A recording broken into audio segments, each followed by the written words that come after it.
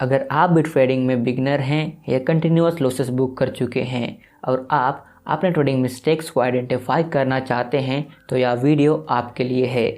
तो आइए दोस्तों शुरू करते हैं आज की इस बुक समरी में, जिसका नाम है प्राइस एक्शन ट्रेडिंग सीक्रेट्स, जिसके लेखक हैं रेनार टियो। लेखक एक इंडिपेंडेंट ट्रेडर हैं और ट्रेडिंग विद रेनार के फाउंडर भी। उनका यह बुक लिखने का एक ही मकसद है, रिटेल ट्रेडर को सेल्फ डिस्ट्रक्शन से बचाना। इस बुक में आप एक प्रॉफिटेबल ट्रेडर बनने के लिए ट्रेडिंग स्ट्रेटजीज, टूल्स और टेक्निक्स को जानेंगे। सबसे पहले यहाँ पर यह जानते हैं कि इस बुक में आपको क्या क्या जानने मिलेगा। इस बुक में आप एक कंसिस्टेंट प्रॉफिटेबल ट्रेडर बनने के लिए ट्रेडिंग स्ट्रेटजीज, टूल्स और टेक्निक्स को जानेंगे। First, fundamental news, indicator, signal services के बिना भी आप मार्केट में ट्रेड कर सकते हैं। सेकेंड, ट्रेड के दौरान अपने प्रॉफिट को मैक्सिमाइज करने और लॉसेस को रिड्यूस करने के लिए अपने एंट्री और एग्जिट टाइम को कैसे बेहतर बनाएं। थर्ड, अपने प्रॉफिट पोटेंशियल को इंक्रीज करते हुए विनिंग रेट को कैसे इम्प्रूव करें। फोर्थ, अलग अलग मार्केट कंडीशन और टाइम फ्रेम में कैसे एक प्रॉफिटेबल अपॉर्चुनिटी को आइडेंटिफाई करें। फिफ्थ, अपने ट्रेडिंग अकाउंट को पूरी तरह खाली होने से बचाने के लिए कैसे एक प्रोफेशनल ट्रेडर की तरह रिस्क को मैनेज करें। सिक्स्थ, अगर मार्केट आपके अपोजिट डायरेक्शन में मूव करने लगता है तो ऐसी स्थिति में आप कैसे अपने आप को शांत रख सकते हैं। सेवेंथ, एक प्रूवन फ्रेमवर्क जिसका यूज़ करके आप भी एक प्रॉफिटेबल ट्रेडर बन सकते हैं। यहाँ पर यह मायने नहीं रखता कि आपके पास एक्सपीरियंस है या नहीं। Eighth, advance price action trading techniques जो आपको एक प्रोफेशनल ट्रेडर बनने में मदद करेगा। बुक स्टार्ट करने से पहले लेखक यह भी कहते हैं कि जो भी स्ट्रेटजीज आप यहाँ पर सीखेंगे उसे अपने रियल लाइफ में अप्लाई करने से पहले अपने लेवल पर वेरीफाई करें, क्योंकि यह सब चीज़ें प्रीवियस डाटा पर वेरीफाई किए गए हैं और मार्केट हमेशा चेंज होता है।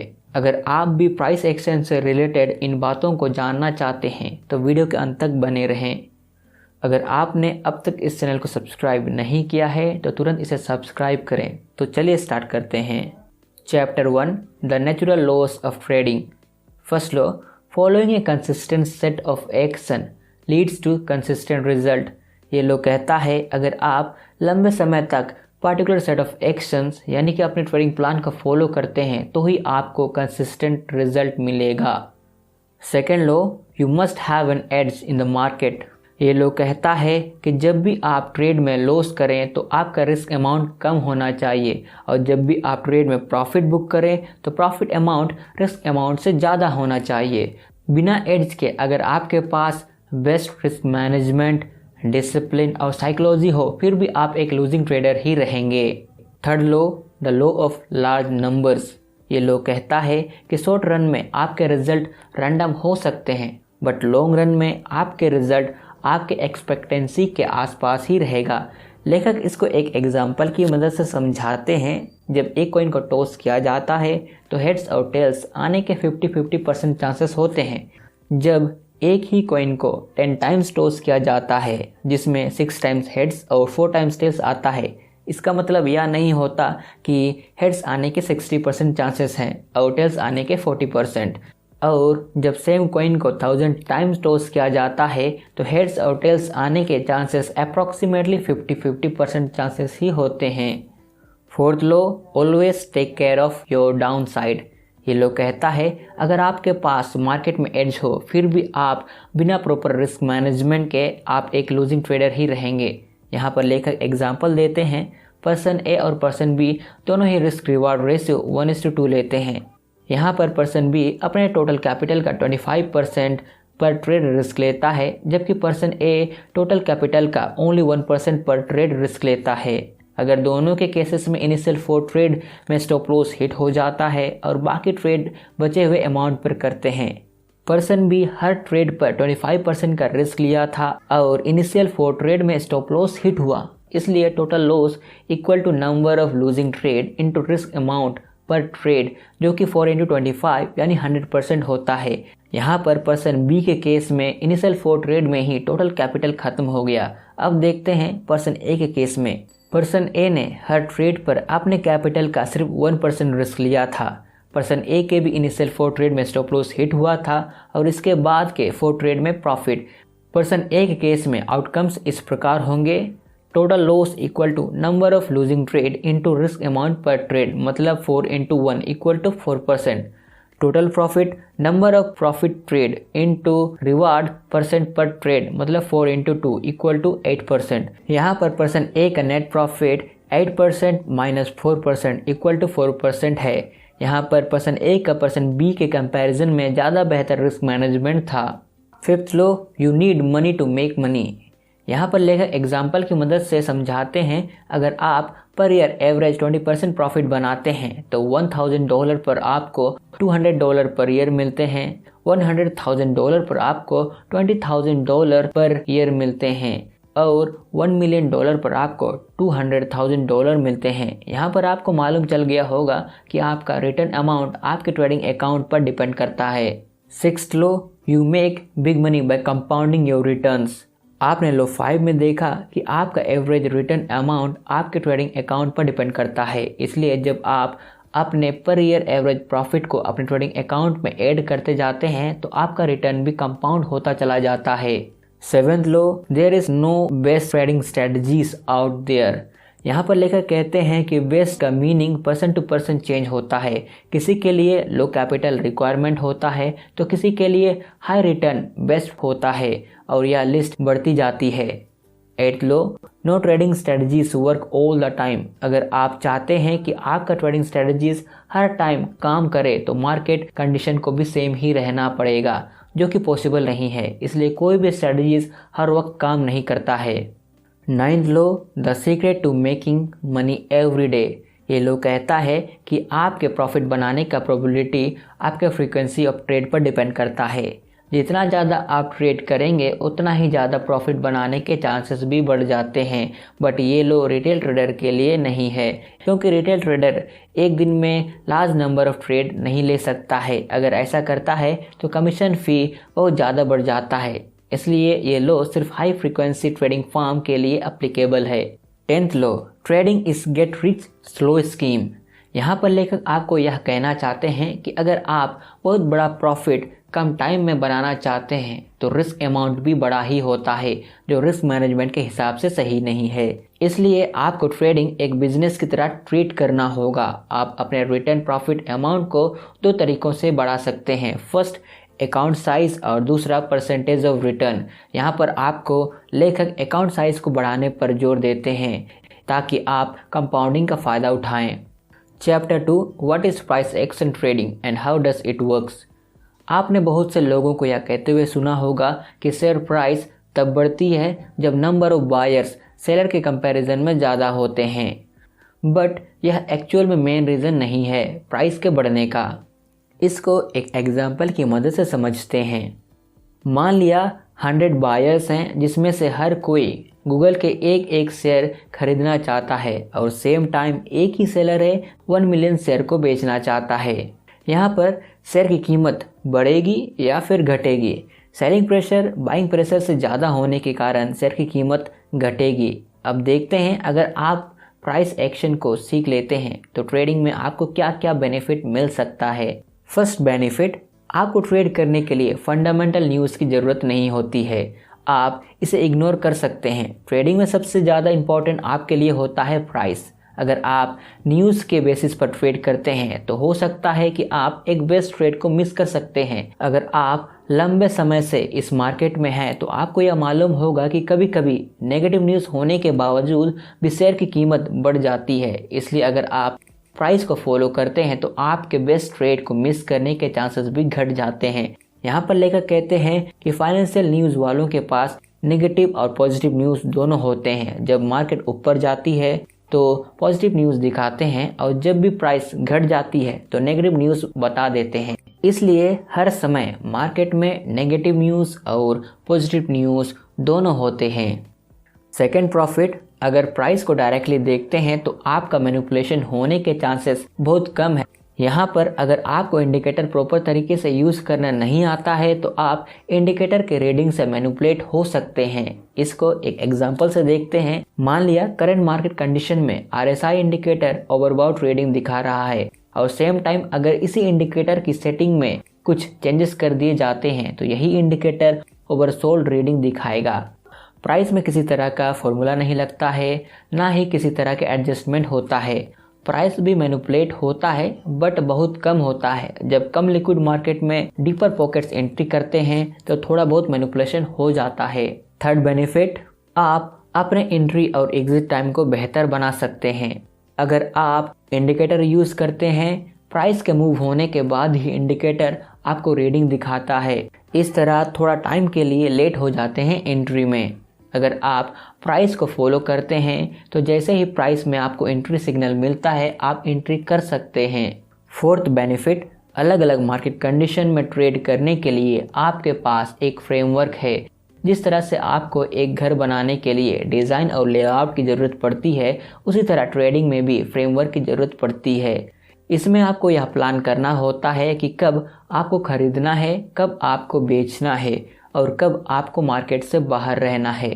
प्राइस एक्शन ट्रेडिंग के डाउनसाइड भी हैं। फर्स्ट डाउनसाइड, ट्रेडिंग स्ट्रेटजीज को एक्यूरेट बैकटेस्ट के साथ परफॉर्म करना इम्पॉसिबल है। बैकटेस्ट करने के दौरान आप प्रीवियस डाटा यूज़ करते हैं और आप ऐसे बिहेव करते हैं मानो आप लाइव ट्रेड कर रहे हों, बट इस अप्रोच में एक प्रॉब्लम है। फॉर एग्जांपल, अगर आपको पता है बिटकॉइन अप ट्रेंड में था तो आप ऐसे कंडीशन में शॉर्टिंग को अवॉइड करेंगे और लॉन्ग साइड जाना ज़्यादा पसंद करेंगे। जब आप हर ट्रेड के रिजल्ट को रिकॉर्ड करते हैं, इसमें भी एरर की संभावना है, इसलिए ये रिजल्ट भी लेस रिलायबल होते हैं। सेकेंड डाउनसाइड, एक ट्रेडिंग स्ट्रेटजीज को वैलिडेट करने के लिए बहुत लंबा समय लगता है। बैक टेस्टिंग के अल्टरनेटिव है फॉरवर्ड टेस्टिंग। फॉरवर्ड टेस्टिंग में आप ट्रेडिंग स्ट्रेटजीज को लाइव मार्केट पर टेस्ट करते हैं। अगर आप शॉर्ट टर्म ट्रेडर हैं तो आपको कुछ ही महीनों में सैंपल मिल जाएंगे, लेकिन अगर आप लॉन्ग टर्म ट्रेडर हैं तो आपको 1 या 2 साल तक वेट करना पड़ सकता है। थर्ड डाउनसाइड, इसमें सब्जेक्टिविटी शामिल है। दो ट्रेडर अपने एक्सपीरियंस और बायसेस के कारण सेम चार्ट पर अलग अलग पैटर्न को आइडेंटिफाई करते हैं, इसलिए सब्जेक्टिविटी को मिनिमाइज करने के लिए आपके पास एक ट्रेडिंग फ्रेमवर्क होना ज़रूरी है। Chapter 3, market structure, decoding the secret behaviour of the markets. अगर आपने चार्ट पर ध्यान दिया होगा तो मुख्यतः मार्केट 4 स्टेजेस में मूव करती है। First, accumulation stage, second, advancing stage, third, distribution stage, fourth, declining stage. Accumulation stage, इस स्टेज में डाउन ट्रेंड के दौरान प्राइस कंसोलिडेट होने लगता है। इस स्टेज में लॉजिक यह है कि जब तक सेलिंग प्रेशर हाई रहता है प्राइस नीचे गिरते जाता है, और जब एक पर्टिकुलर एरिया में बाइंग प्रेशर इंक्रीज होने के कारण प्राइस कंसोलिडेट होने लगता है तो इस स्टेज पर बाइंग प्रेशर और सेलिंग प्रेशर इक्विलिब्रियम में रहता है। इस स्टेज को एक्यूमुलेशन स्टेज इसलिए कहते हैं क्योंकि इस स्टेज में स्मार्ट मनी एक्यूमुलेट होने लगता है ताकि मार्केट फिर से हाई प्राइस की ओर मूव करे। अब एक्यूमुलेशन स्टेज की कैरेक्टरिस्टिक्स को देखते हैं। फर्स्ट, डेली टाइम फ्रेम में लास्ट 5 या उससे ज़्यादा महीनों तक अगर प्राइस गिरने लगता है तो उसके बाद यह स्टेज बनता है। सेकेंड, डाउन ट्रेंड में एरिया ऑफ वैल्यू मतलब सपोर्ट और रेजिस्टेंस एक रेंज मार्केट की तरह दिखाई देता है। Third, 200 day moving average side की ओर मूव करने लगता है। Fourth, price 200 day moving average के अप एंड डाउन स्विंग करता है। यहाँ पर ध्यान देने वाली बात यह है, जब भी एक्यूमुलेशन स्टेज बनता है इसका यह मतलब नहीं है कि ब्रेकआउट हायर ही हो, ब्रेकडाउन भी हो सकता है। अब आते हैं एडवांसिंग स्टेज पर। एक्यूमुलेशन स्टेज के बाद जब प्राइस रेजिस्टेंस को ब्रेक कर देता है तब यह स्टेज बनता है। इसमें प्राइस अप ट्रेंड में मूव करने लगता है। यहाँ पर बाइंग प्रेशर सेलिंग प्रेशर के कंपैरिजन में ज़्यादा होता है। अब एडवांसिंग स्टेज की कैरेक्टरिस्टिक्स को देखते हैं। फर्स्ट, एक्यूमुलेशन स्टेज के बाद रेजिस्टेंस को ब्रेक करते ही प्राइस इस स्टेज को बनाता है। सेकेंड, इसमें हायर हाई और हायर लो के सीरीज बनते हैं। Third, price 200 day moving average के ऊपर ही रहता है। Fourth, 200 day moving average high price की ओर पॉइंट करने लगता है। डिस्ट्रीब्यूशन स्टेज, इस स्टेज में प्राइस अप ट्रेंड के दौरान कंसोलिडेट होने लगता है। यहाँ पर लॉजिक यह है कि इस स्टेज में सेलिंग प्रेशर भी इंक्रीज होने लगता है, धीरे धीरे बाइंग प्रेशर के साथ इक्विलिब्रियम क्रिएट करता है। डिस्ट्रीब्यूशन स्टेज के characteristics. First, daily time frame में 5 या उससे ज़्यादा महीनों तक प्राइस अप ट्रेंड में रहा हो तब यह स्टेज बनता है। सेकेंड, प्राइस अप ट्रेंड के दौरान सपोर्ट एंड रेजिस्टेंस के साथ एक रेंज मार्केट बनाता है। Third, 200 day moving average side की ओर मूव करने लगता है। Fourth, price 200 day moving average के अप एंड डाउन स्विंग करता है। अब आते हैं लास्ट स्टेज पर, डिक्लाइनिंग स्टेज। डिस्ट्रीब्यूशन स्टेज के बाद जब प्राइस सपोर्ट एरिया को ब्रेक कर देता है तब यह स्टेज बनता है। इस स्टेज में सेलिंग प्रेशर बाइंग प्रेशर के कंपैरिजन में ज़्यादा हो जाता है। डिक्लाइनिंग स्टेज की कैरेक्टरिस्टिक्स। फर्स्ट, डिस्ट्रीब्यूशन स्टेज के सपोर्ट एरिया को ब्रेक करने के बाद यह स्टेज बनता है। सेकेंड, इसमें प्राइस लोअर हाई और लोअर लो के सीरीज बनाते हैं। Third, price 200 day moving average के नीचे रहता है। फोर्थ, 200 मूविंग एवरेज नीचे की ओर पॉइंट करने लगता है। अब आप मार्केट के चार्ट को देखकर पता लगा सकते हैं कि मार्केट कौन सा स्टेज में है। जब एक्यूमुलेशन स्टेज में रेजिस्टेंस ब्रेक होता है तो आप बाइंग ऑर्डर ले सकते हैं, और डिस्ट्रीब्यूशन स्टेज में जब सपोर्ट एरिया ब्रेक हो जाता है तो आप सेलिंग ऑर्डर ले सकते हैं। और जब भी आप मार्केट स्ट्रक्चर को आइडेंटिफाई नहीं कर पाते हैं तो आप मार्केट से बाहर ही रहें। Chapter 4, the truth about support and resistance. Support chart पर एक हॉरिजॉन्टल एरिया होता है जहां पर बाइंग प्रेशर बहुत ज़्यादा होने के कारण प्राइस ऊपर की ओर मूव करने लगता है। रेजिस्टेंस चार्ट पर एक हॉरिजॉन्टल एरिया होता है जहां पर सेलिंग प्रेशर बहुत ज़्यादा होने के कारण प्राइस नीचे की ओर गिरने लगता है। लेखक ने सपोर्ट और रेजिस्टेंस को ड्रॉ करने के लिए कुछ गाइडलाइंस भी बताए हैं। फर्स्ट, चार्ट पर कम से कम 300 कैंडल आपको दिखने चाहिए। सेकेंड, मोस्ट ऑब्वियस लेवल को ड्रॉ करें। थर्ड, इन लेवल को इस तरह एडजस्ट करें ताकि इनमें ज़्यादा से ज़्यादा टचेस शामिल हो। अब आते हैं रेजिस्टेंस और सपोर्ट के कंसेप्ट पर।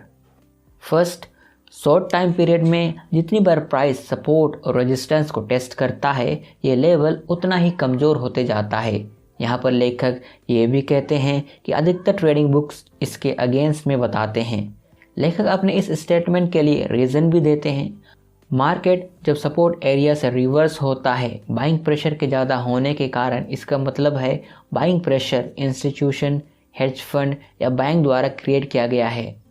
और जब फिर से मार्केट सपोर्ट एरिया में रिटेस्ट होता है तो रिमेनिंग बाइंग प्रेशर फिर से प्राइस को ऊपर ले जाता है, और अगर प्राइस फिर से सपोर्ट एरिया में आता है तो यहाँ पर बाइंग प्रेशर बनाने के लिए कोई नहीं होता, इसलिए अब सपोर्ट एरिया कमज़ोर हो जाता है। Second, support and resistance actual में चार्ट पर एरियाज होते हैं। ये एरिया ट्रेडर के दो ग्रुप में डिवाइड होने के कारण बनते हैं। फर्स्ट ग्रुप के ट्रेडर जब मार्केट सपोर्ट के नज़दीक आता है तो अपॉर्चुनिटी को मिस ना करें, इसलिए तुरंत मार्केट में एंटर कर जाते हैं, जिन्हें फोमो ट्रेडर भी कहा जाता है, मतलब fear of missing out trader. Second group वाले ट्रेडर मार्केट जब उनके बेस्ट प्राइस पर पहुंचता है तब मार्केट में एंट्री करते हैं, या मालूम नहीं चलता है कि कौन सा ग्रुप मार्केट में डोमिनेंट है, इसलिए एरिया बन जाते हैं। थर्ड, जब भी प्राइस सपोर्ट को ब्रेक करता है तो यही सपोर्ट फ्यूचर रेजिस्टेंस बन सकता है, और इसी तरह रेजिस्टेंस के ब्रेक होने पर रेजिस्टेंस फ्यूचर सपोर्ट बन जाता है। इसके रीज़न को थ्योरीज के थ्रू एक्सप्लेन किया गया है। फर्स्ट, सपोर्ट एरिया ब्रेक होने से पहले जिन ट्रेडर्स ने लॉन्ग पोजीशन बनाए थे, अब यही ट्रेडर्स अपने लॉस अमाउंट को कम करने के लिए प्राइस को सपोर्ट एरिया तक वापस आने का वेट करते हैं, और जैसे ही प्राइस सपोर्ट एरिया के नज़दीक आता है तो वो एग्जिट कर देते हैं ट्रेड से, जिससे सेलिंग प्रेशर बढ़ जाता है। अगर सेलिंग प्रेशर बहुत ज़्यादा होता है तो सपोर्ट एरिया से डायरेक्टली नीचे की ओर प्राइस गिरने लगता है, और इस तरह सपोर्ट एरिया रेजिस्टेंस की तरह काम करेगा। सेकेंड, और जिन ट्रेडर्स ने ब्रेकआउट के टाइम अपॉर्चुनिटी को मिस कर दिया था वे भी अब मार्केट में एंटर करेंगे, जिससे मार्केट में सेलिंग प्रेशर और इंक्रीज हो जाता है। Third, self fulfilling prophecy. जब सपोर्ट एरिया ब्रेक होने के बाद अगर लार्ज नंबर ऑफ ट्रेडर्स को लगता है कि सपोर्ट एरिया अब रेजिस्टेंस बनाने वाला है तो यही ट्रेडर्स अब मार्केट में एंटर कर सकते हैं। इस थ्योरी को यूज़ करना थोड़ा बहुत मुश्किल है क्योंकि आप हर इंडिविजुअल ट्रेडर के बिलीव को मालूम नहीं कर सकते हैं। फोर्थ, वैल्यू एरियाज को और भी कई तरीकों से आइडेंटिफाई किया जा सकता है, ना सिर्फ सपोर्ट या रेजिस्टेंस के रूप में। For example moving average, channel, trend lines. For example in healthy trend में जब प्राइस 50 पीरियड मूविंग एवरेज की रिस्पेक्ट करता है, मूविंग एवरेज भी वैल्यू एरिया की तरह काम करता है। फिफ्थ, आप कई तरीकों से यह मालूम कर सकते हैं कि रेजिस्टेंस और सपोर्ट कब ब्रेक होगा। जैसे फर्स्ट, अप ट्रेंड में रेजिस्टेंस ब्रेक होने की संभावना ज़्यादा रहती है क्योंकि इसमें हायर हाई और हायर लो के सीरीज बनते हैं, और इसी तरह डाउन ट्रेंड में सपोर्ट ब्रेक होने की संभावना ज़्यादा रहती है। सेकेंड, रेजिस्टेंस में हायर लो बाइंग प्रेशर के सेलिंग प्रेशर के कंपैरिजन में ज़्यादा होने की इंडिकेशन दिखाता है, और इसी तरह सपोर्ट एरिया में लोअर लो जब बनता है तो यह सेलिंग प्रेशर के ज़्यादा होने का इंडिकेशन दिखाता है। Chapter 5, how to master candlestick patterns like अप्रो। अब देखते हैं कैंडलस्टिक पैटर्न क्या होता है और यह कैसे काम करता है। कैंडल्स में 4 डाटा पॉइंट होते हैं, ओपन, हाई, लो और close. Open market open price को दिखाता है, हाई स्पेसिफिक टाइम पीरियड में हाईएस्ट प्राइस को दिखाता है, लो स्पेसिफिक टाइम पीरियड में लोएस्ट प्राइस को दिखाता है, और क्लोज मार्केट क्लोज प्राइस को। जब कैंडल में ओपन प्राइस क्लोज प्राइस से ज़्यादा होता है इसे बेयरिश कैंडल कहते हैं, इसका कलर रेड होता है, और जब क्लोज प्राइस ओपन प्राइस से ज़्यादा होता है तो इसे बुलिश कैंडल कहते हैं, इसका कलर ग्रीन होता है। अब कुछ बुलिश रिवर्सल पैटर्न्स को देखेंगे जो इंडिकेट करते हैं कि करंट मोमेंट में बाइंग प्रेशर ज़्यादा है। ये bullish reversal pattern down trend में बनते हैं। आप मार्केट कंडीशन को कंसिडर करने के बाद यहाँ पर बाइंग कर सकते हैं। First pattern hammer. Hammer pattern single candle होता है। इसे रिकॉग्नाइज करने के लिए सबसे पहले आपको यह देखना है कि अपर शैडो बहुत कम या बिल्कुल नहीं होना चाहिए। प्राइस रेंज के 1/4 टॉप में क्लोज होना चाहिए। लोअर शैडो की लंबाई बॉडी के लंबाई से लगभग 2 या 3 गुना होना चाहिए। अब हैमर के अर्थ को समझते हैं। फर्स्ट, जब मार्केट ओपन होता है तो सेलिंग प्रेशर के ज़्यादा होने के कारण प्राइस और भी नीचे गिरने लगता है। सेकेंड, एक पार्टिकुलर पॉइंट में बाइंग प्रेशर भी इंक्रीज होने लगता है जिससे प्राइस फिर से बढ़ने लगता है। थर्ड, बाइंग प्रेशर इस बार इतना ज़्यादा होता है कि ओपनिंग प्राइस के ऊपर क्लोज हो जाता है। Second pattern bullish engulfing pattern. यह पैटर्न 2 कैंडल का बना होता है। इसे आइडेंटिफाई करने के लिए सबसे पहले आपको यह देखना है कि फर्स्ट कैंडल बेयरिश क्लोज हो। शैडो को कंसिडर ना करते हुए सेकंड बॉडी फर्स्ट बॉडी को कंप्लीटली कवर करना चाहिए। सेकंड कैंडल बुलिश कैंडल होना चाहिए। अब देखते हैं इस पैटर्न के मीनिंग को। फर्स्ट कैंडल में सेलिंग प्रेशर ज़्यादा होने के कारण प्राइस नीचे गिरने लगता है। सेकंड कैंडल में बाइंग प्रेशर इतना ज़्यादा हो जाता है कि प्रीवियस कैंडल के हाई को भी क्लोज कर देता है। Third pattern piercing pattern. यह पैटर्न 2 कैंडल का बना होता है। इसे आइडेंटिफाई करने के लिए सबसे पहले देखते हैं कि फर्स्ट कैंडल बेयरिश क्लोज हो। सेकंड कैंडल फर्स्ट कैंडल के मिडिल से ऊपर क्लोज होना चाहिए। सेकंड कैंडल बुलिश कैंडल होना चाहिए। इस पैटर्न का मीनिंग, फर्स्ट कैंडल में सेलिंग प्रेशर ज़्यादा होने के कारण प्राइस नीचे गिरता है।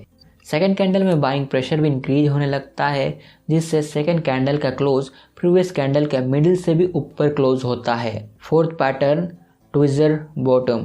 यह पैटर्न 2 कैंडल का बना होता है। इस पैटर्न को आइडेंटिफाई करने के लिए सबसे पहले आपको यह देखना है कि फर्स्ट कैंडल लोअर प्राइस पर रिजेक्शन दिखाता हो, सेकेंड कैंडल प्रीवियस लो को रिटेस्ट करता है और हाई प्राइस पर क्लोज होता है। मीनिंग, फर्स्ट कैंडल में सेलर प्राइस को नीचे गिराते हैं जब तक कि बाइंग प्रेशर नहीं मिलता। सेकेंड कैंडल में सेलर प्राइस को फिर से नीचे गिराते हैं बट स्ट्रॉन्ग बाइंग प्रेशर होने के कारण वे फेल हो जाते हैं। Fifth pattern morning star. यह पैटर्न 3 कैंडल का बना होता है। इस पैटर्न को आइडेंटिफाई करने के लिए सबसे पहले आपको देखना है कि फर्स्ट कैंडल बेयरिश क्लोज होना चाहिए, सेकेंड कैंडल स्मॉल रेंज हो, थर्ड कैंडल फर्स्ट कैंडल के 50% से भी ज़्यादा प्राइस पर क्लोज होना चाहिए। मीनिंग, फर्स्ट कैंडल में सेलिंग प्रेशर ज़्यादा होने के कारण प्राइस नीचे गिरता है। सेकंड कैंडल में सेलिंग प्रेशर और बाइंग प्रेशर इक्विलिब्रियम में होते हैं इसलिए स्मॉल रेंज बनता है। थर्ड कैंडल में बाइंग प्रेशर सेलिंग प्रेशर के कंपैरिजन में बहुत ज़्यादा होता है इसलिए कैंडल हाई प्राइस पर क्लोज हो जाता है। अब देखते हैं बेयरिश रिवर्सल कैंडलस्टिक पैटर्न्स को। यह पैटर्न अप ट्रेंड में बनते हैं। फर्स्ट पैटर्न शूटिंग स्टार या सिंगल कैंडल होता है। इसे आइडेंटिफाई करने के लिए सबसे पहले आपको देखना है कि लोअर शैडो बहुत कम या बिल्कुल नहीं होना चाहिए। प्राइस रेंज के बॉटम क्वार्टर पर क्लोज होना चाहिए। अपर शैडो बॉडी लेंथ के 2 या 3 गुना होना चाहिए। मीनिंग फर्स्ट, जब मार्केट ओपन होता है तो बाइंग प्रेशर ज़्यादा होने के कारण प्राइस बढ़ जाता है। सेकेंड, एक पार्टिकुलर टाइम में सेलिंग प्रेशर भी इंक्रीज होने लगता है जिससे प्राइस फिर से नीचे गिरने लगता है। थर्ड, इस बार सेलिंग प्रेशर इतना स्ट्रॉन्ग होता है कि प्राइस कैंडल के ओपनिंग प्राइस के नीचे क्लोज हो जाता है। Second pattern bearish engulfing pattern. यह पैटर्न 2 कैंडल का बना होता है। आइडेंटिफाई करने के लिए सबसे पहले आपको देखना है कि फर्स्ट कैंडल बुलिश क्लोज हो। बिना शैडो को कंसिडर करते हुए सेकेंड बॉडी फर्स्ट बॉडी को कम्प्लीटली कवर करे। सेकेंड कैंडल बेयरिश क्लोज हो। मीनिंग फर्स्ट कैंडल में बाइंग प्रेशर ज़्यादा होने के कारण प्राइस बढ़ जाता है। सेकेंड कैंडल में स्ट्रॉन्ग सेलिंग प्रेशर होने के कारण प्राइस प्रीवियस कैंडल के लो के नीचे क्लोज होता है। Third pattern dark cloud cover. इसमें 2 कैंडल होते हैं। इसे आइडेंटिफाई करने के लिए सबसे पहले आपको देखना है कि फर्स्ट कैंडल बुलिश क्लोज हो। सेकेंड कैंडल फर्स्ट कैंडल के मिडिल के नीचे क्लोज होना चाहिए। सेकेंड कैंडल बेयरिश क्लोज हो। मीनिंग फर्स्ट कैंडल में बाइंग प्रेशर बहुत ज़्यादा होने से प्राइस बढ़ जाता है। सेकेंड कैंडल में सेलिंग प्रेशर इंक्रीज होने लगता है जिससे प्राइस फर्स्ट कैंडल के मिडिल के नीचे क्लोज हो जाता है। Fourth pattern tweezer top. यह 2 कैंडल का बना होता है। इसे आइडेंटिफाई करने के लिए सबसे पहले आपको देखना होता है कि फर्स्ट कैंडल हायर प्राइस पर रिजेक्शन शो करे। सेकेंड कैंडल प्रीवियस कैंडल के हाई को रिटेस्ट करे और लोअर प्राइस पर क्लोज हो। मीनिंग फर्स्ट कैंडल में बाइंग प्रेशर बहुत ज़्यादा होने के कारण प्राइस बढ़ते जाता है जब तक कि सेलिंग प्रेशर ना मिले। सेकेंड कैंडल में फिर से बायर्स प्रीवियस कैंडल के हाई को रिटेस्ट करते हैं बट स्ट्रॉन्ग सेलिंग प्रेशर होने के कारण फेल हो जाते हैं। Fifth pattern evening star. यह 3 कैंडल का बना होता है। इसे आइडेंटिफाई करने के लिए सबसे पहले आपको देखना होता है कि फर्स्ट कैंडल बुलिश क्लोज हो। सेकेंड कैंडल स्मॉल रेंज हो। थर्ड कैंडल फर्स्ट कैंडल के 50% से नीचे क्लोज होना चाहिए। मीनिंग फर्स्ट कैंडल में बाइंग प्रेशर ज़्यादा होने से प्राइस बढ़ जाता है। सेकेंड कैंडल में बाइंग प्रेशर और सेलिंग प्रेशर इक्विलिब्रियम में होते हैं इसलिए कैंडल स्मॉल रेंज बनाता है। थर्ड कैंडल में सेलिंग प्रेशर इतना स्ट्रॉन्ग होता है कि मार्केट लोअर प्राइस पर क्लोज हो जाता है। अगर आपको इन पैटर्न को याद करने में दिक्कत आती है तो लेखक आपको एक मेथड बताते हैं। फर्स्ट, सबसे पहले आपको देखना है कि रेंज के रिलेटिव में प्राइस कहाँ पर क्लोज होता है। फॉर एग्जाम्पल, अगर एक बुलिश कैंडल में बॉडी साइज बहुत बड़ा और अपर शैडो बहुत छोटा है तो यह इंडिकेट करता है कि मार्केट में स्ट्रॉन्ग बाइंग प्रेशर है। और जब कैंडल बॉडी बहुत छोटा और अपर शैडो बहुत बड़ा होता है तो ये इंडिकेट करता है कि मार्केट में सेलिंग प्रेशर बहुत ज़्यादा है। Chapter 6 the secret to risk and trade management. First, how the smart money hunts your stop loss. Market buyer और सेलर के बीच में ट्रांजैक्शन की फैसिलिटी देता है। जितने ज़्यादा मार्केट में बायर्स और सेलर्स रहेंगे मार्केट के लिए लिक्विडिटी उतना ही ज़्यादा रहेगी। अगर आप एक रिटेल ट्रेडर हैं तो आपके लिए लिक्विडिटी ज़्यादा मायने नहीं रखती बट इंस्टीट्यूशन के लिए लिक्विडिटी ही मोस्ट इम्पोर्टेंट है। फॉर एग्जाम्पल, अगर आप एक हेज फंड मैनेज करते हैं, आप ABC स्टॉक के 1 मिलियन शेयर खरीदना चाहते हैं। इस स्टॉक का सपोर्ट एरिया $100 पर है। करंट प्राइस $110 पर है। अगर आप इस समय मार्केट में एंट्री करते हैं तो बाइंग प्रेशर बहुत ज़्यादा होने के कारण प्राइस भी बढ़ने लगेंगे। इसलिए आपके 1 मिलियन शेयर के लिए आपका कॉस्ट एवरेज प्राइस $115 पर शेयर होगा जो कि करंट प्राइस से $5 ज़्यादा है। इसलिए आप $5 के स्लिपेज से बचने के लिए आप प्राइस को नीचे सपोर्ट एरिया में पुश करेंगे ताकि बहुत सारे रिटेल ट्रेडर के स्टॉप लॉस हिट हो। और जैसे ही बहुत सारे रिटेल ट्रेडर के स्टॉप लॉस हिट होने लगते हैं वैसे ही मार्केट में बहुत सारे सेल ऑर्डर भी क्रिएट हो जाते हैं और इसी वक्त इंस्टीट्यूशन मार्केट में अपने बेस्ट प्राइस पर बाइंग ऑर्डर लगाते हैं। यहाँ पर उन्हें $5 एक्स्ट्रा भी नहीं देना पड़ता। इसलिए लेकर सभी रिटेल ट्रेडर से कहते हैं कि कभी भी सपोर्ट के लो में स्टॉप लॉस ना लगाएं। अब आपके मन में ये सवाल उठ रहा होगा, फिर स्टॉप लॉस कहाँ लगाएं? नेक्स्ट पॉइंट में आपको ये इसका आंसर मिल जाएगा। Second, how to set a proper stop loss. आप स्टॉप लॉस इसलिए लगाते हैं ताकि जब भी मार्केट आपके अगेंस्ट में मूव करे तो आपको ज़्यादा लॉस ना हो। सबसे पहले आपको एरिया ऑफ वैल्यूज यानी कि रेजिस्टेंस एंड सपोर्ट को आइडेंटिफाई करना है, फिर इसमें बफर ऐड करते हैं। फॉर एग्जांपल, अगर सपोर्ट एरिया का लो $100 में है तो आपका स्टॉप लॉस $100 से नीचे वाले वैल्यू में होना चाहिए। और इसी तरह रेजिस्टेंस में भी स्टॉप लॉस लगाते हैं। स्टॉप लॉस ऐसे लेवल पर लगाया जाता है जहां पर आपका ट्रेडिंग सेटअप इनवैलिड हो जाता है। Third, how to calculate position size in forex. Risk management का सीक्रेट है कि जब भी आप लॉस करें तो स्मॉल अमाउंट करें और जब भी आप प्रॉफिट करें तो लॉस अमाउंट से ज़्यादा ही करें ताकि आप लॉस अमाउंट को रिकवर कर पाएँ। यहाँ पर लेखक कहना चाहते हैं कि आपका रिस्क परसेंटेज रिवार्ड परसेंटेज से हमेशा कम होना चाहिए। लेखक ने एक डायग्राम के मदद से इसे समझाया है। ट्रेडिंग कैपिटल का 10% लॉस पर 11.11% प्रॉफिट लॉस को रिकवर करने के लिए करना होगा। इसी तरह 20% लॉस पर 25% प्रॉफिट, 30% लॉस पर 42.85% प्रॉफिट, 40% लॉस पर 66.66% प्रॉफिट, 50% लॉस पर 100% प्रॉफिट, 60% लॉस पर 150% प्रॉफिट, 70% लॉस पर 233% प्रॉफिट, 80% लॉस पर 400% प्रॉफिट, 90% लॉस पर 900% प्रॉफिट और 100% लॉस पर ब्रोक। पोजीशन साइज निकालने के लिए आप इस फॉर्मूला का इस्तेमाल कर सकते हैं। Position size equal to amount you are risking divided by open bracket stop loss into value per pip close bracket. For example, अगर आपके पास $10,000 है, हर ट्रेड पर आप 1% रिस्क लेते हैं जो $100 होता है और आपका स्टॉप लॉस 200 पिप्स का है। एक स्टैंडर्ड लॉट के लिए पर पिप $10 USD होता है, इसलिए आपका position size equal to 100 divided by open bracket 200 into 10 close bracket, जिसका वैल्यू 0.05 आता है।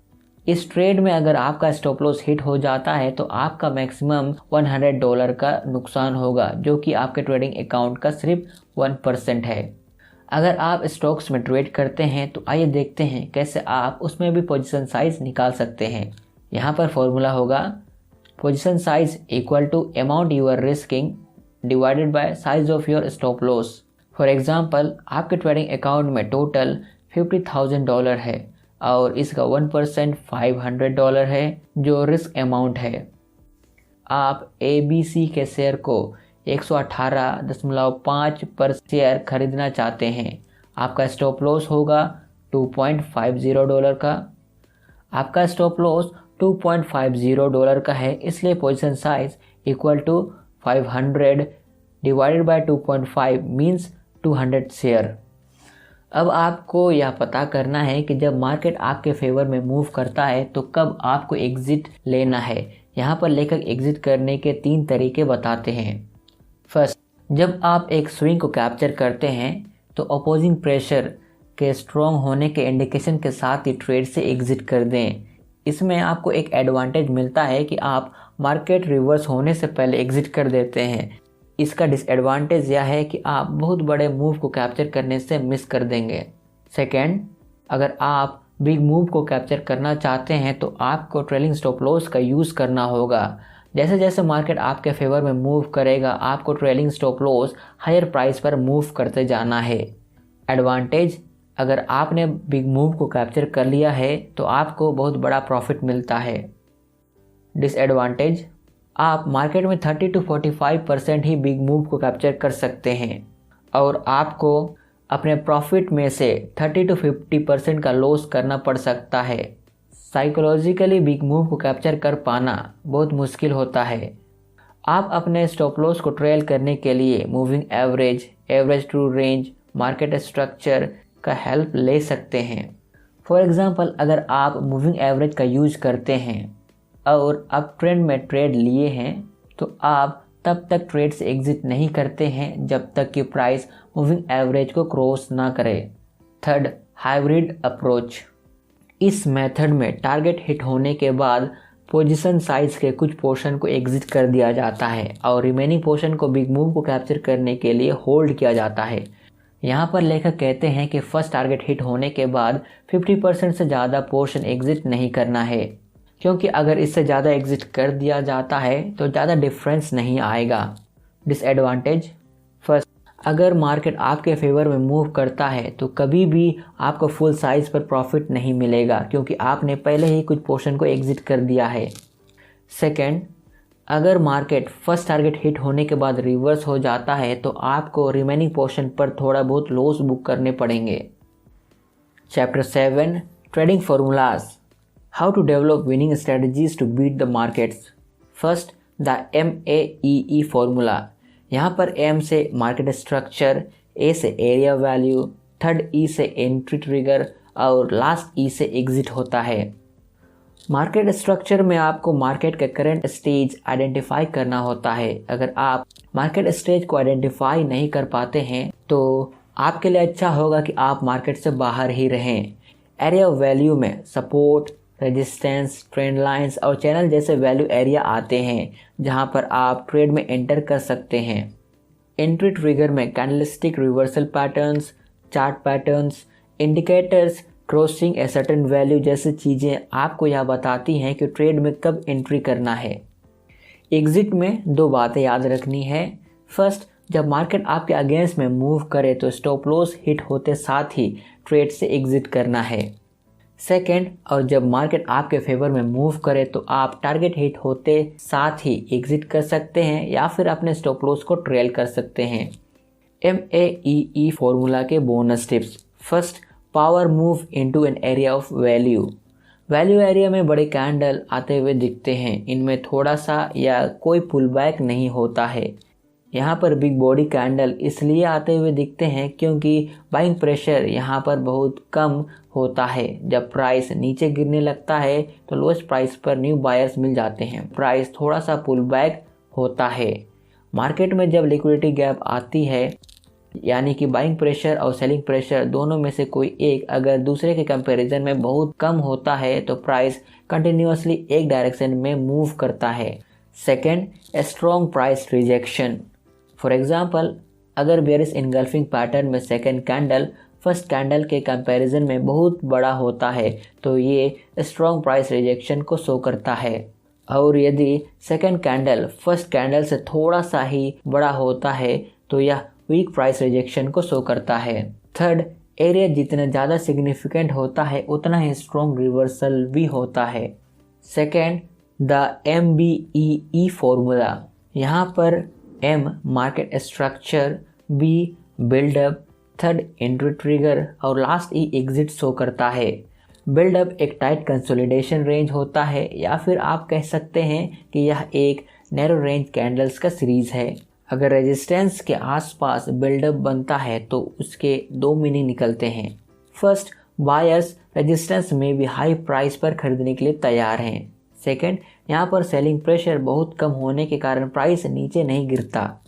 MBEE फॉर्मूला के bonus tips. First, don't trade into traffic. यहाँ पर लेकर कहना चाहते हैं कि कभी भी सपोर्ट एरिया में ट्रेलिंग ना करें, क्योंकि यहाँ बाइंग प्रेशर ज़्यादा होता है जब तक कि सपोर्ट ब्रेक ना हो। सेकंड, 20 पीरियड मूविंग एवरेज को अपने गाइड की तरह यूज़ करें। जब भी बिल्डअप बनता है तो यह मालूम नहीं चलता है कि यह 5 कैंडल्स का बनेगा या 10 कैंडल का या फिर 20 कैंडल्स का। जब लेखक ने अपने प्रीवियस ट्रेड पर इसे एनालाइज किया तो उन्हें मालूम चला कि जब भी बिल्डअप का लो 20 पीरियड मूविंग एवरेज को टच करता है तो ब्रेकआउट होने के चांसेस बढ़ जाते हैं। थर्ड, बिल्डअप जितना ज़्यादा टाइट होता है या उतना ही स्ट्रोंगर होता है, इसलिए आप लूज बिल्डअप को अवॉइड कर सकते हैं। इसके दो रीज़न हैं। फर्स्ट, लूज बिल्डअप में स्टॉप लॉस बहुत बड़ा होता है जो रिस्क टू रिवार्ड रेशियो को रिड्यूस कर देता है। सेकेंड, अगर आप लॉन्ग ट्रेड पर हैं तो बिल्डअप के हाई पर सेलिंग प्रेशर मौजूद रहता है। अगर आप स्मॉल टाइम फ्रेम में देखते हैं तो यह एक रेजिस्टेंस है। Third, the DERR formula. D, developing your trading plan, E, execute, third R, record and last R, review. Trading plan guidelines का सेट होता है जो आपके ट्रेडिंग को डिफाइन करते हैं। फॉर एग्जांपल, फर्स्ट, ट्रेडिंग के लिए आपका टाइम फ्रेम क्या होना चाहिए। आपका ट्रेडिंग टाइम फ्रेम इस बात पर डिपेंड करता है कि आप ट्रेडिंग में कितना टाइम दे सकते हैं। सेकंड, आप कौन से मार्केट पर ट्रेडिंग करेंगे। अगर आप स्टॉक्स में ट्रेड करना चाहते हैं तो किस टाइप के स्टॉक्स में ट्रेड करना चाहते हैं। Stocks large cap, mid cap या स्मॉल कैप हो सकता है। अगर आप फॉरेक्स पर ट्रेडिंग करते हैं तो कौन से करेंसी पेयर पर आप फोकस करेंगे। थर्ड, आपके ट्रेडिंग सेटअप के क्या क्या कंडीशन होंगे। अगर आप ब्रेकआउट पर ट्रेड लेते हैं तो आप कब ट्रेड में एंटर करेंगे और किन किन कंडीशन में ट्रेड से बाहर रहेंगे, यह सब चीज़ें मेंशन करनी है। फोर्थ, अगर प्राइस आपके अगेंस्ट में मूव करे तो आप ट्रेड से एग्जिट कैसे करेंगे। आपको यहाँ पर एक स्टॉप लॉस लगाना होता है। जब भी स्टॉप लॉस हिट हो जाए आपको ट्रेड से एग्जिट कर देना है। फिफ्थ, अगर ट्रेड आपके फेवर में मूव करे तो आप ट्रेड से कैसे एग्जिट करेंगे। अगर आप स्विंग कैप्चर करना चाहते हैं तो टारगेट हिट होने के साथ ही एग्जिट कर सकते हैं, या फिर अगर आप बिग मूव को कैप्चर करना चाहते हैं तो स्टॉप लॉस ट्रेल करते जाएं, या आप हाइब्रिड अप्रोच भी अप्लाई कर सकते हैं। सिक्स्थ, आप पर ट्रेड कितना रिस्क ले सकते हैं। यहाँ पर लेकर कहते हैं कि आपको अपने ट्रेडिंग अकाउंट का सिर्फ 1% ही रिस्क लेना चाहिए। सेवेंथ, आप कितना यूनिट ट्रेड करेंगे। इसके लिए आप पोजीशन साइज कैलकुलेट करें। जब भी आप अपने ट्रेड को एग्जीक्यूट करते हैं तो इसके 5 रिजल्ट हो सकते हैं। Break even trade, small win, small loss, big win और बिग लॉसेस। आप प्रॉपर रिस्क मैनेजमेंट के साथ बिग लॉसेस को हमेशा के लिए एलिमिनेट कर दें। अगर आप बेस्ट प्राइस एक्शन ट्रेडर बनना चाहते हैं तो आपको अपने ट्रेड का रिकॉर्ड रखना पड़ेगा, जो आपको एमेच्योर ट्रेडर से सेपरेट करता है। जब भी आप अपने ट्रेड को रिकॉर्ड करेंगे तो उसमें date, time frame, setup, market, price in, price out, stop loss, profit and loss in R को जरूर शामिल करें। आपको अपने प्रॉफिट और लॉस को आर में रिप्रेजेंट करना है। फॉर एग्जांपल, अगर आप $5 रिस्क पर $10 बनाते हैं तो आप यह कह सकते हैं कि 1 आर पर 2 आर का profit.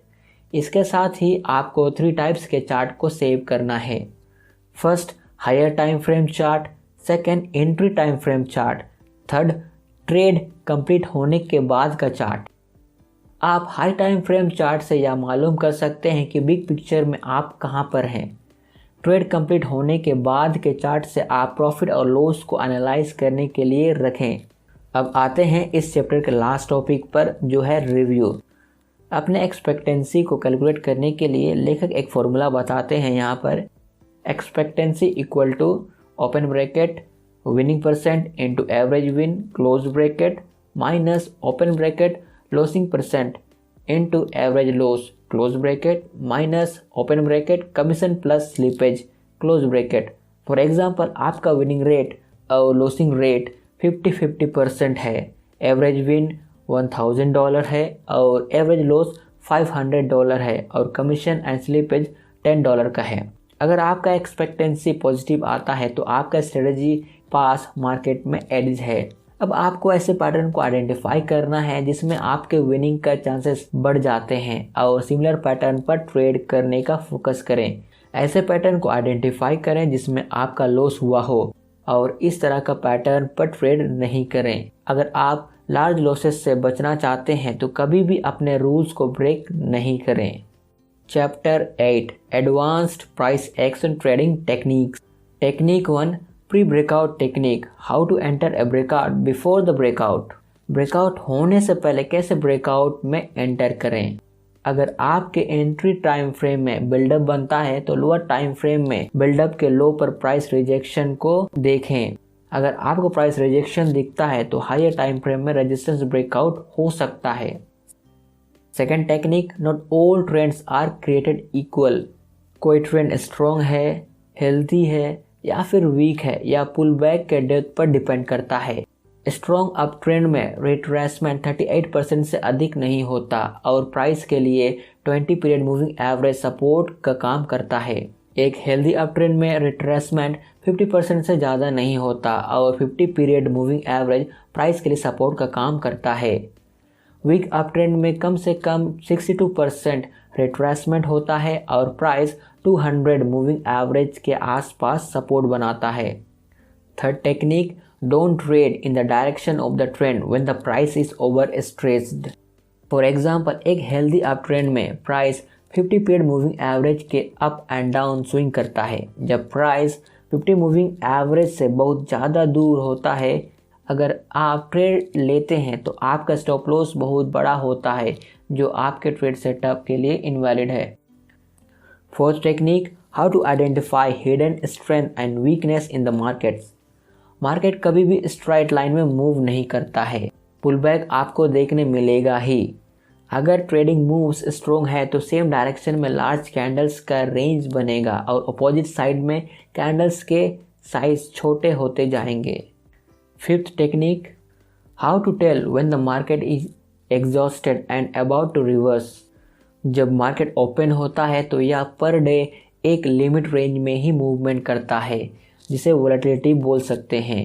ATR average true range indicator market में वोलेटिलिटी को मेजर करता है। जब 20 period ATR daily time frame में 100 पिप्स रीडिंग शो करता है, इसका मतलब यह है कि लास्ट 20 दिनों से मार्केट डेली एवरेज 100 पिप्स में मूव कर रहा है। यहाँ पर यह मतलब नहीं होता कि जब मार्केट 100 पिप्स से बाहर हो तो मार्केट रिवर्स करेगा ही।